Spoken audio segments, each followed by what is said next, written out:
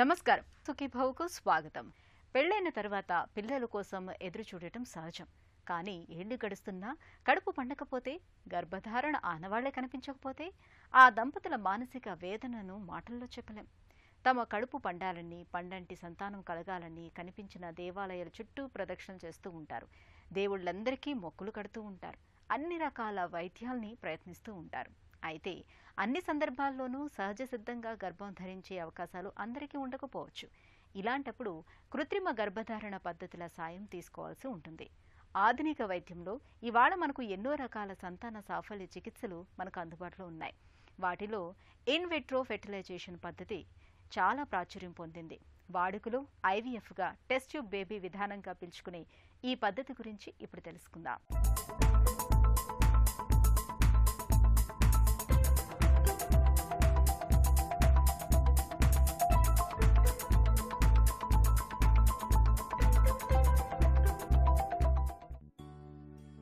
బండి సజావుగా సాగుతున్నంతకాలం బాగానే ఉంటుంది గాని మొండికేస్తేనే తెలుస్తుంది అదెంత పెద్ద సవాలు. పెళ్ళై ఓ పిల్లో పిల్లాడో పుట్టేస్తే గొడవలేదు కానీ 3 ముళ్ళు పడి 2-3 ఏళ్లైనా ఆ చిన్న నలుసేదో కడుపున పడలేదంటే చాలు, మొదలవుతుంది మథనం. ఇంట్లో చెప్పుకోవాలంటే కష్టం, సలహాలతో సతాయిస్తారు. బయటకు వెళ్లాలంటే నరకం, ప్రశ్నలతో గుచ్చి గుచ్చి వేధిస్తారు. ఒకవైపు బిడ్డల కోసం ఆరాటం, మరోవైపు సమాజంతో సంకటం. ఈ మథనంలో పడి మౌనంలోకి జారిపోయి ఏకాకులై ఆ జంట ఇంటా బయట ఎన్ని రకాలుగా నలిగిపోతోందో, ఎంతటి వ్యధ అనుభవిస్తోందో మాటల్లో చెప్పలేం. ఇలాంటి పరిస్థితుల్లో ఒకప్పుడైతే అయిన వారి పిల్లల్ని దత్తత తీసుకోవటం, లేదంటే నిస్సంతుగానే జీవితాన్ని గడపటం తప్ప మరో పరిష్కారం ఉండేది కాదు. అయితే ఇవాళ ఐవీఎఫ్ వంటి పద్ధతులు అందుబాటులో ఉన్న నేపథ్యంలో నిస్సంతులైన దంపతులకు సంతాన భాగ్యాన్ని ప్రసాదించటం ఇప్పుడు ఏమంత కష్టం కాదని చెబుతారు డాక్టర్లు. ప్రస్తుతం ఉన్న సంతాన సాఫల్యత చికిత్సలలో ఐవీఎఫ్ ట్రీట్మెంట్ అనేది ఆధునిక పద్ధతి and it is the most advanced treatment అన్నమాట. సో ఐవీఎఫ్ అంటే in vitro fertilisation. So in vitro ఫర్టిలైజేషన్లో ఏమవుతుందంటే అండము అండ్ ఈ స్పర్మ్ అనేది ఈ రెండింటిని కూడా బయట వీటిని ఫర్టిలైజ్ చేసి పిండం తయారైన తర్వాత లోపల పెట్టడం జరుగుతుంది. ఐవీఎఫ్ ప్రొసీజర్ అనేది యాక్చువల్గా చాలా సింపుల్ ప్రొసీజర్. సో ఎలా స్టార్ట్ చేస్తామంటే ఎప్పుడైతే ఉమెన్కి పీరియడ్ వచ్చిన సెకండ్ డే ఉంటుందో ఆ రోజు హాస్పిటల్కి వస్తే తనకి ఒక బ్లడ్ టెస్ట్ స్కానింగ్ చేసేసి మధ్యాహ్నం నుంచి ఇంజెక్షన్స్ ఇవ్వడం అనేది జరుగుతుంది. ఈ ఇంజెక్షన్స్ హార్మోన్ ఇంజెక్షన్స్. సో ఇవి ఎందుకు ఇస్తామంటే ఎగ్ గ్రోత్ కోసం, మల్టిపుల్ ఎగ్స్ రావడానికి కోసమని ఇంజెక్షన్స్ ఇవ్వడం జరుగుతుంది. సో ఈ ఇంజెక్షన్స్ మనం ఆల్మోస్ట్ ఒక 9 to 10 days ఇవ్వడం జరుగుతుంది. అది రోజు ఇస్తాము. అండ్ స్కాన్స్ కూడా ఉంటాయి మధ్య మధ్యలో to see weather egg growth is good or not అనేది. సో మామూలుగా అయితే 10 daysకి ఎగ్స్ అనేవి అనుకున్న సైజ్కి వచ్చేస్తాయి. వచ్చేసిన తర్వాత తను పేషెంట్ హాస్పిటల్కి వచ్చిన తర్వాత అనెస్థీషియా ఇస్తాం. అనెస్థీషియా అంటే కంప్లీట్ అనెస్థీషియా కాదు, జస్ట్ డీప్ స్లీప్లోకి పంపించేసి కింద నుంచి స్కాన్ ఎట్లయితే చేస్తామో వెజైనల్గా ఒక నీడిల్ ఉంటుంది, దాని ద్వారా ఎగ్స్ అనేవి మనం బయటికి తీసుకుంటాం. It's a very simple procedure, ఒక 5-minute ప్రొసీజర్. దాని తర్వాత పేషెంట్ హాస్పిటల్లో ఒక 2 hours ఉంటుంది. తర్వాత ఇంటికి వెళ్ళిపోవచ్చు. ఇంటికి వెళ్ళిన తర్వాత ఆ రోజు రెస్ట్ తీసుకొని నెక్స్ట్ డే యథావిధిగా అన్ని పనులు చేసుకోవచ్చు. ఎగ్స్ తీసుకున్న తర్వాత హస్బెండ్ నుంచి స్పర్మ్ కూడా తీసుకొని ఆ రెండింటిని క్వాలిటీ ఎలా ఉంది, దాని మెచ్యూరిటీ అవన్నీ చూసి నార్మల్గా ఇప్పుడు ఏం చేస్తామంటే ప్రతి ఒక్క ఎగ్లోకి ఒక స్పర్మ్ని ఇంజెక్ట్ చేస్తాం. దాన్నే మనము ICSI అంటాం, ICSI అనే పద్ధతి అంటాం. అలా చేసి ల్యాబ్లో ఇంక్యుబేటర్లో పెట్టేస్తాం. 3 to 5 days ఆ గ్రోత్ ఎట్లా ఉంది, ఎంబ్రియోస్ని అనేది చూస్తాం. సో ఇట్ డిపెండ్స్ ఎన్ని ఎగ్స్ వస్తాయి అనేది it depends on the women's reserve. తల్లి అయితేనే మాతృత్వం తాలూకు మధురిమలు, అమ్మదనం అందించే కమ్మదనం తెలిసేది. అయితే ఆ అదృష్టం అందరికీ కలగకపోవచ్చు. కొందరికి అనేక రకాల కారణాల వల్ల గర్భం ధరించటం అన్నది కుదరకపోవచ్చు. నిజానికి సమస్య పురుషుడి వైపు నుండి ఉండొచ్చు, లేదంటే స్త్రీ వైపు నుండి కూడా ఉండొచ్చు. భర్తలో వీర్య కణాలు తక్కువగా ఉన్నప్పుడు, ఉన్న వాటిలో ఆరోగ్యవంతమైన కణాలు లేని పరిస్థితుల్లో భార్య గర్భం ధరించే పరిస్థితి ఉండదు. అలాగే భార్యలో నెలసరిలో చిక్కులు, అండాశయాల్లో నీటి బుడగలు, హార్మోన్ల లోపాలు ఉన్నప్పుడు, ప్రతి నెల అండం సరిగా విడుదల కానప్పుడు, అండవాహికలు మూసుకుపోయినప్పుడు గర్భధారణ అన్నది కష్టమైన వ్యవహారంగా మారుతుంది. ఇలాంటప్పుడు కారణాన్ని సరిగ్గా గుర్తించి చికిత్స చేస్తే సంతాన సాఫల్యత అవకాశాలు పెరుగుతాయి. అయితే ఒక్కోసారి ఎన్ని చికిత్సలు తీసుకున్నా, ఐయుఐ వంటి ప్రక్రియల్ని ప్రయత్నించినా పెద్దగా ఫలితం ఉండదు. ఇలాంటి కఠిన పరిస్థితుల్లో గర్భధారణకు ఐవీఎఫ్ని ఒక చక్కటి మేలైన పరిష్కారంగా చెప్పుకోవచ్చు. ఇప్పుడు ఐవీఎఫ్లో మల్టిపుల్ ప్రెగ్నెన్సీ ఖచ్చితంగా అవుతుందని అందరూ అంటుంటారు. బట్ అది దేని మీద డిపెండ్ అవుతుందంటే, మనం ఎన్ని ఎంబ్రియోస్ లోపల ట్రాన్స్ఫర్ చేస్తాం అనేది దాని మీద డిపెండ్ అవుతుంది. నేను ఒకటే ఎంబ్రియో ఒకవేళ మనం ట్రాన్స్ఫర్ చేస్తే there is only chance of single pregnancy. But మనం అదే కనుక 2 embryos or 3 embryos కనుక మనం ట్రాన్స్ఫర్ చేస్తే ట్విన్స్ ఆర్ ట్రిప్లెట్స్ అయ్యే ఛాన్స్ ఉంటుంది. ఇప్పుడు మన రొటీన్ ప్రాక్టీస్లో ద రికమెండేషన్ ఇస్ 3 embryos కంటే ఎక్కువ ఎంబ్రియోస్ మనం ట్రాన్స్ఫర్ చేయకూడదు. అది కూడా ఈ 2 embryos or 3 embryos చాలా జాగ్రత్తగా అన్ని ఇండికేషన్స్ చూసుకొని మరీ ట్రాన్స్ఫర్ చేయాలి. ఇప్పుడు ఏజ్ ఫ్యాక్టర్ ఉంది ఉమెన్ది, లేదు బ్లడ్ ప్రెషర్ ప్రాబ్లమ్స్ ఉన్నాయి, లేదా బ్లడ్ షుగర్, ఒబేసిటీ, ఆర్ ఏదన్నా కార్డియాక్ ఇష్యూ ఉంది, లేదు మిస్క్యారేజెస్ ఉన్నాయి, అలా యూట్రస్లో ఏదన్నా ప్రాబ్లం ఉంది, అట్లాంటి వాళ్ళల్లో ఖచ్చితంగా ఒకటే ఎంబ్రియో ట్రాన్స్ఫర్ చేస్తాం. 2 embryos or 3 embryos is maximum. 3 embryos transfer చేసినప్పుడు మనకి there is a chance of 20% chance of twins happening. అదే కనుక ట్రిప్లెట్స్ అయ్యారనుకోండి, ట్రిప్లెట్స్ అయ్యే ఛాన్స్ 2% ఉంటుంది. సో ట్రిప్లెట్స్ అవుతే డెఫినెట్గా it's not healthy. So option of fetal deduction అనేది ఉంటుంది.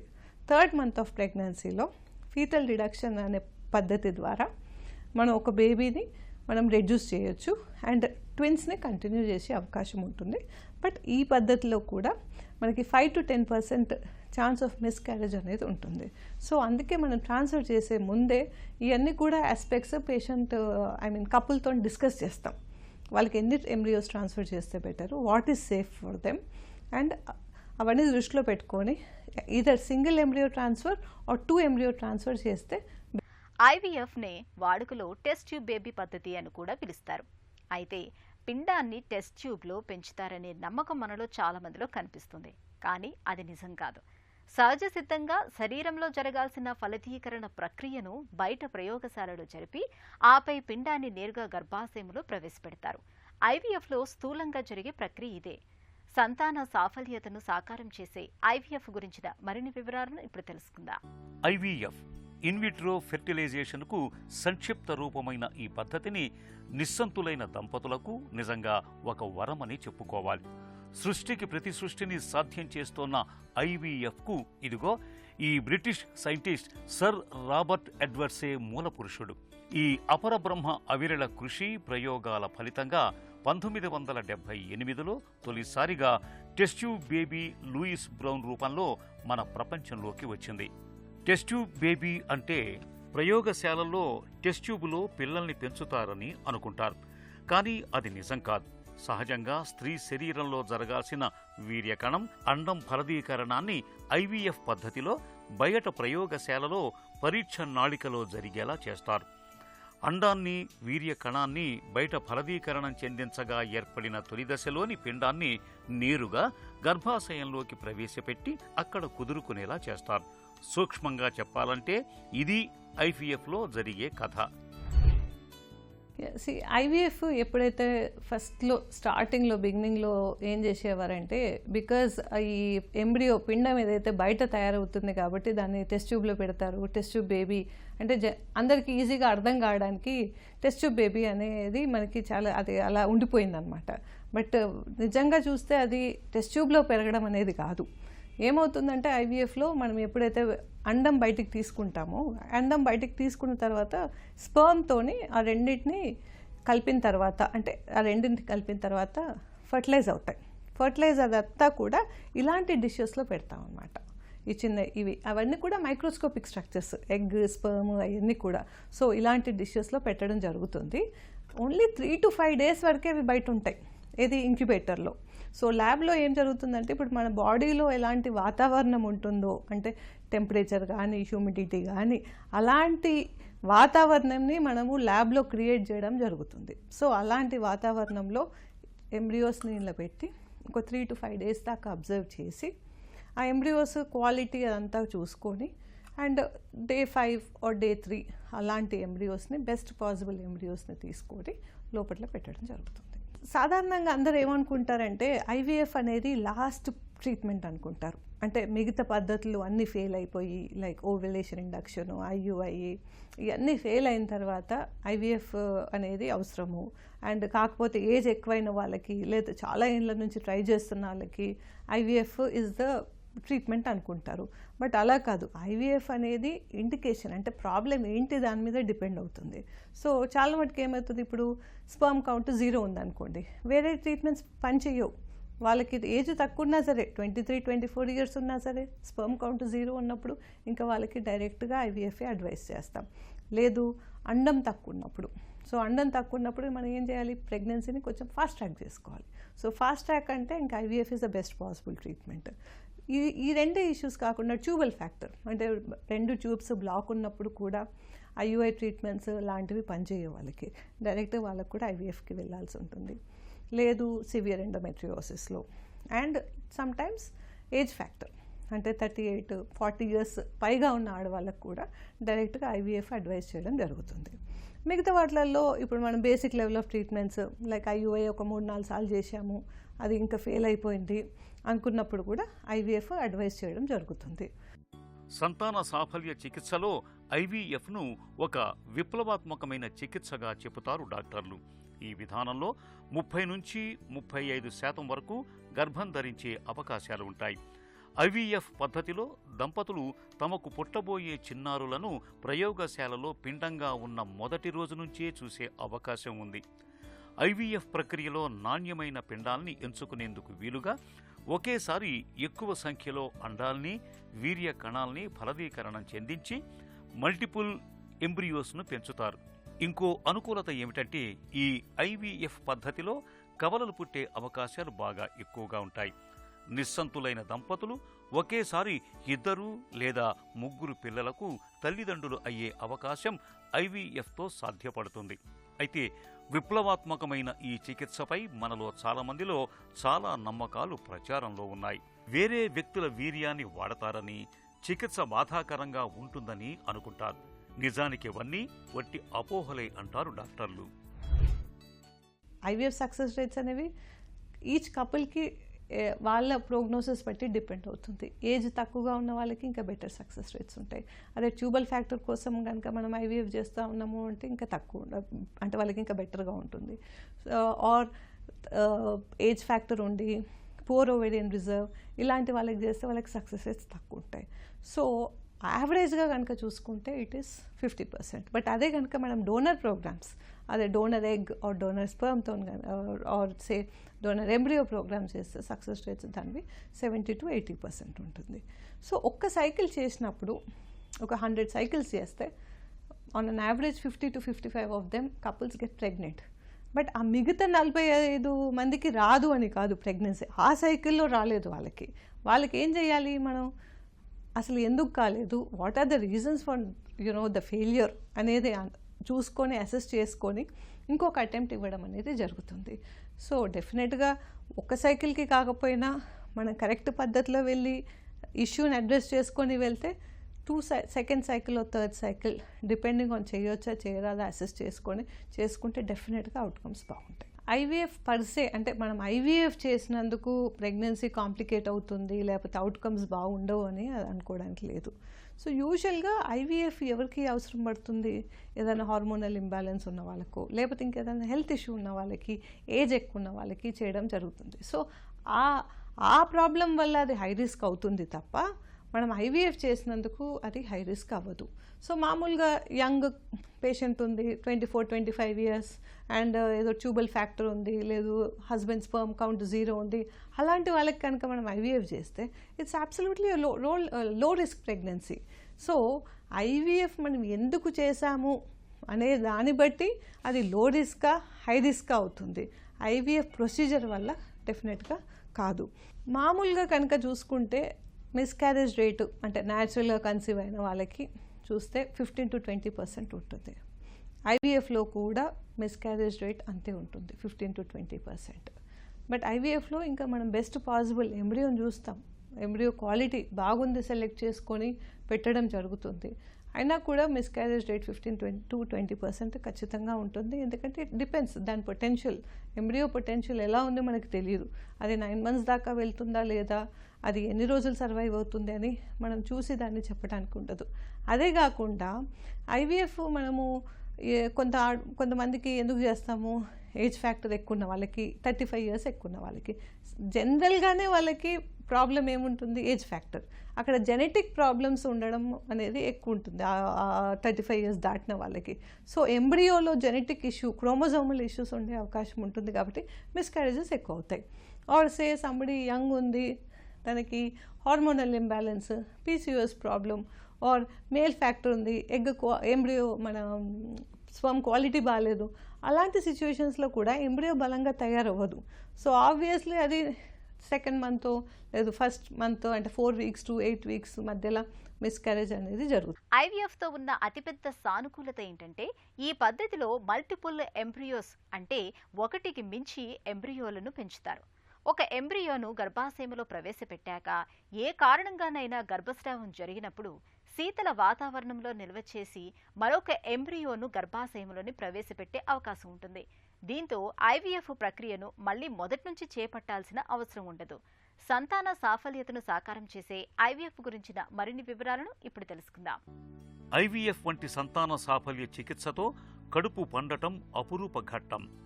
ఆ సమయంలో భార్యాభర్తల ఆనందానికి అవధులుండని మాట నిజమే గాని దురదృష్టవశాత్తు కొందరికి హఠాత్తుగా గర్భస్రావం జరిగిపోవచ్చు.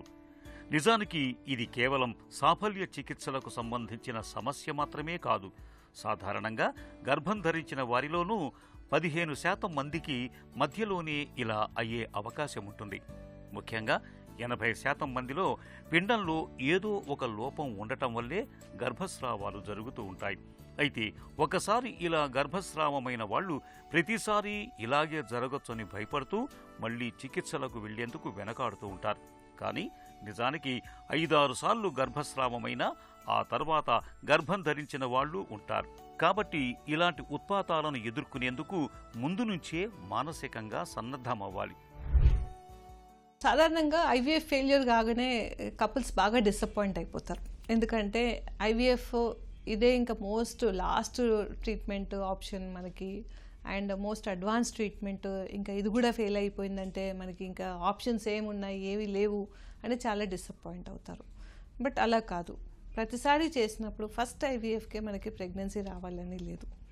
సో ఫస్ట్ టైం చేసినప్పుడు ఒక 50-55 మందికి వస్తుంది. బట్ మిగతా వాళ్ళకి ఏం చేయాలి అని అంటే, వి యూజువలీ అసెస్ ప్రాబ్లం ఎక్కడుంది, ఎందువల్ల కాలేదు, వాజ్ ఇట్ ఎగ్లో ఇష్యూ ఉండేనా, ఎగ్ క్వాలిటీ ఎలా ఉండే, స్పర్మ్లో ప్రాబ్లం ఉందా, ఎంబ్రియోస్ తయారైన తర్వాత ఎలాంటి ఎంబ్రియోస్ ఫామ్ అయ్యాయి, అండ్ దెన్ మంచి ఎంబ్రియో పెట్టిన తర్వాత కూడా మనకి ఇంప్లాంటేషన్లో ఏదైనా ఇష్యూస్ వచ్చాయా, యూట్రస్ పరంగా ఎలా ఉంది, ఇట్లాంటివన్నీ కూడా ఇన్ డెప్త్ అనాలిసిస్ చేయడం అనేది జరుగుతుంది. అది చూసిన తర్వాత మనం ఒకవేళ ప్రాబ్లం ఐడెంటిఫై చేసుకోగలిగితే మరి దానికోసం ఆ ప్రాబ్లంకి నెక్స్ట్ మనం ఎలాంటి దానికి సొల్యూషన్ ఉంటుంది అనేది చూస్తాం. సో రెస్పాన్స్ అది బాగాలేదు, ఎగ్ క్వాలిటీ బాగలేకపోతే స్టిమ్యులేషన్ ప్రోటోకాల్స్లో కొన్ని మార్పులు చేయడం అనేది జరుగుతుంది. స్పర్మ్లో ప్రాబ్లం ఉంది అని అంటే నెక్స్ట్ టైం చేసినప్పుడు టిసా ఆప్షన్ అంటే డైరెక్ట్గా నీడిల్ ద్వారా స్పర్మ్ని ఎక్స్ట్రాక్ట్ చేసే ఆప్షన్ ఒకటి చూస్తాము. ఆర్ స్పర్మ్ సెలెక్షన్ టెక్నిక్స్ అనేవి ఉంటాయి, అది చేయడం జరుగుతుంది. అండ్ ల్యాబ్లో కూడా వేరే టెక్నాలజీ అవసరం ఉన్న టెక్నాలజీ లైక్ అసిస్టెడ్ హ్యాచింగ్ అవసరం పడుతుందా వాటికి, లేదు ఊసైట్ యాక్టివేషన్, లేదు ఇమ్సీ బ్లాస్టోసిస్ట్ ట్రాన్స్ఫర్ చేయడము, ఇట్లాంటి ఏది వాళ్ళకి బెస్ట్ సూట్ అవుతుంది అనేది చూస్తాం. సో స్టిమ్యులేషన్ పరంగా, ల్యాబ్ పరంగా అడిషనల్గా మనము ఏం చేస్తాము. అండ్ అదే కాకుండా ప్రీ ఇంప్లాంటేషన్ జెనెటిక్ టెస్టింగ్ అనేది కూడా మనకి అవైలబుల్ ఉంది. సో ఎంబ్రియోని ముందుగానే మనం స్క్రీన్ చేసుకొని జెనెటిక్ పరంగా బెస్ట్ పాసిబుల్ ఎంబ్రియో ట్రాన్స్ఫర్ చేసుకోవడం అనేది పద్ధతి కూడా అవైలబుల్ ఉంది. సో ఇట్లాంటి ఆప్షన్స్ అన్నీ చూసుకోవాలి. ఎగ్ క్వాలిటీ మనం ఎంత చేసినా బాగుండట్లేదు, లేదు స్పర్మ్ బాగుండట్లేదు అనుకున్నప్పుడు డోనర్ ఆప్షన్స్ కూడా ఉంటాయి. Donor egg, donor sperm options. Or యూట్రస్లో ఇబ్బంది ఉంది అంటే వాళ్ళకి సరగసీ అడ్వైస్ చేయడం. So there lot of options. So ఒక్కసారి ఫెయిల్ అయింది అని ఇంకా కాదు అనుకోవడం అనేది కరెక్ట్ కాదు. నిస్సంతులైన దంపతులకు సంతాన భాగ్యాన్ని ప్రసాదించే కృత్రిమ గర్భధారణ పద్ధతులకు సంబంధించి ఎప్పటికప్పుడు ఎన్నో రకాల కొత్త చికిత్సలు అందుబాటులోకి వస్తూ సంతాన సాఫల్య చికిత్సల విస్తృతిని పెంచుతున్నాయి. ఐవీఎఫ్లోనే ఇక్సీ అనే మరింత మెరుగైన చికిత్స ఒకటి ఇటీవల అందుబాటులోకి వచ్చింది. ఇంట్రాసైటోప్లాస్మిక్ స్పెర్మ్ ఇంజెక్షన్గా పిలిచే ఈ ఇక్సీ పద్ధతిలో అండంలోకి ప్రత్యేకమైన మ్యానిపులేటర్ అనే పరికరం సాయంతో వీర్య కణాన్ని ప్రవేశపెట్టి ఫలదీకరణం చెందిస్తారు. ఈ విధానంలో గర్భం ధరించే అవకాశాలు సుమారుగా 40% వరకు ఉంటాయి. భర్తలో వీర్య కణాల సంఖ్య బాగా తక్కువగా ఉన్నప్పుడు ఇక్సీ పద్ధతి బాగా ఉపయుక్తంగా ఉంటుంది. ఈ ఐవీఎఫ్ పద్ధతుల్లో చాలా వరకు గర్భధారణ సాధ్యం అవుతుందని చెప్పచ్చు. ఐవీఎఫ్ సాయంతో గర్భం ధరించినప్పుడు జీవనశైలి, ఆహారం, వ్యాయామం మొదలైన విషయాల్లో డాక్టర్ సలహా మేరకు తగిన జాగ్రత్తలు తీసుకోవాలి. ఇలా అన్ని రకాలుగా జాగ్రత్తలు తీసుకుంటే నవమాసాల తర్వాత అమ్మ కావాలన్న కల సాకారమవుతుంది. పెళ్లై ఏళ్లు గడుస్తున్నా పిల్లలు కలగని వారికి నిస్సంతులకు ఐవీఎఫ్ అనేది నిజంగా ఒక వరం లాంటిది. సహజ పద్ధతిలోనూ ఐయుఐ, ఇక్సీ వంటి చికిత్సలతోనూ గర్భధారణ జరగనప్పుడు ఆలస్యం చేయకుండా ఐవీఎఫ్కు వెళ్లడం మేలు. నిపుణుల పర్యవేక్షణలో ఐవీఎఫ్కి వెళితే సంతాన భాగ్యాన్ని ఇట్టే సాకారం చేసుకోవచ్చు.